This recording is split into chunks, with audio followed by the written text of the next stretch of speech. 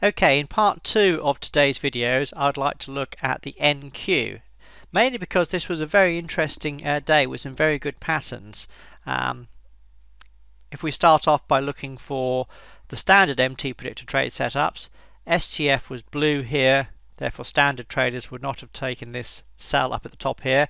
By the way, the history triangle here just means it was a double top, so there was only one trade set up at that high there.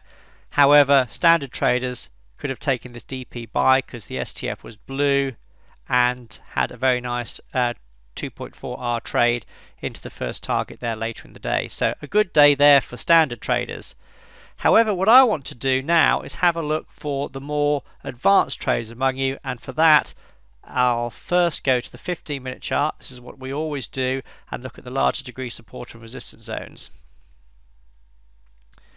So if we first of all have a look at the market rallying off the high here, I want to put a decision point target on from this high, and if I draw a rectangle here, I just want to show you all what this looks like when we go to the 3-minute chart. So this was our 15-minute high here as the market was rallying up. So if we now go down to the 3-minute chart,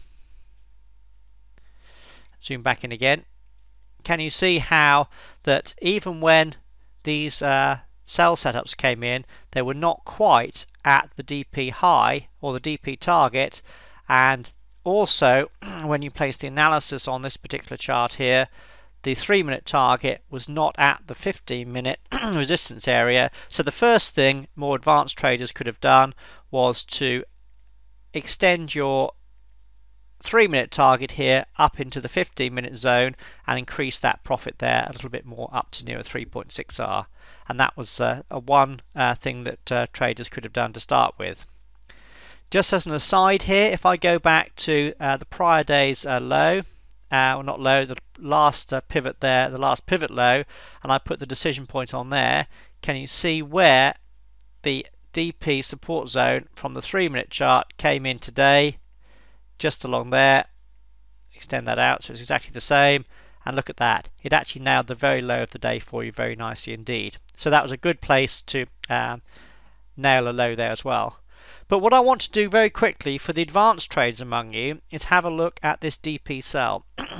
We've already said that it's against the blue STF, so are there any times when the advanced MTPredictor users among you could actually take a DP that's against the STF colour?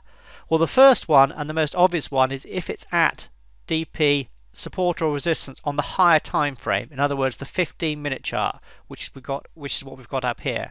And the answer to that question is no. On this particular example, this falls short of this resistance area, so for that reason you would not be wanting to take this sell setup. However, there's another area where, again, the more advanced traders among you could consider, and that's using the Elliott wave patterns.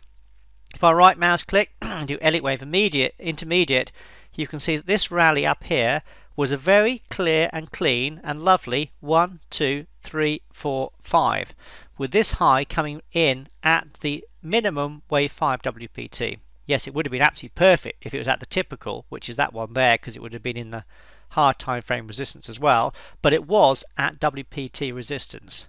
We know that at the end of a wave 5, if a wave 5 completes, we know that the target then is the DP from the prior wave 4. So if we go back to the prior wave 4, put the DP target on, and if we just extend the line out there, I thought this was very, very, very amazing that if we extend that out, just look where the market came down to before the last rally into the close there. Came right off that DP from the wave 4. So that gave added confirmation for that buy setup, but that's just an aside.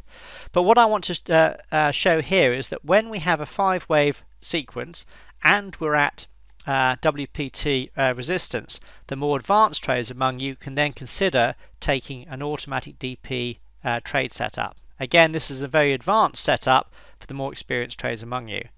If I put the analysis on, you can see that the market did indeed go down to the first target, which is what we've already discussed.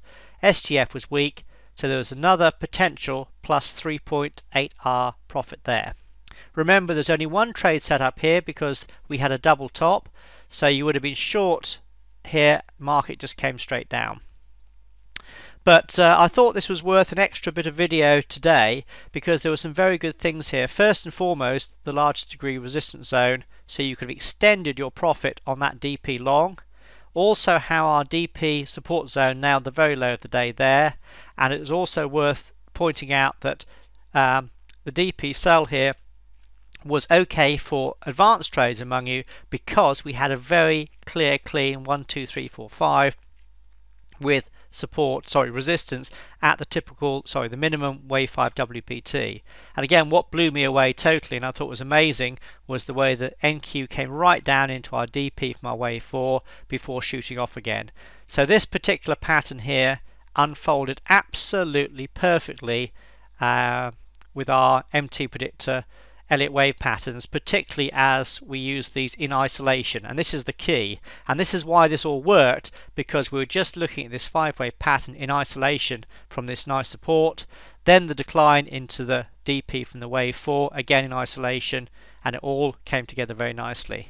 So I thought that was worth tacking on in today's video and making today's video a 2-part one and slightly longer, because there were lots of things that the more advanced MTPredictor users among you could have done yesterday, particularly nailing the low, nailing that high, nailing that corrective low before getting the rally, strong rally into the close, into the large degree resistance.